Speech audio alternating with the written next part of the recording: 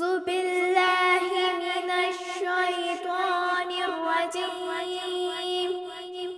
بسم الله الرحمن الرحيم. اللهم صل على محمد وآل محمد.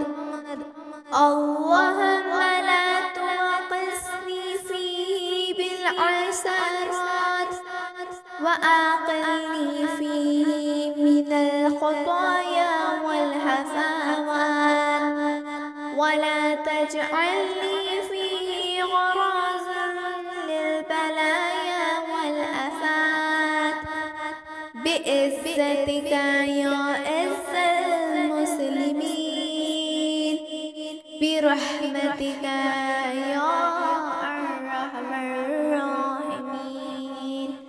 اللهم صل على محمد وآل محمد وأجل فرجهم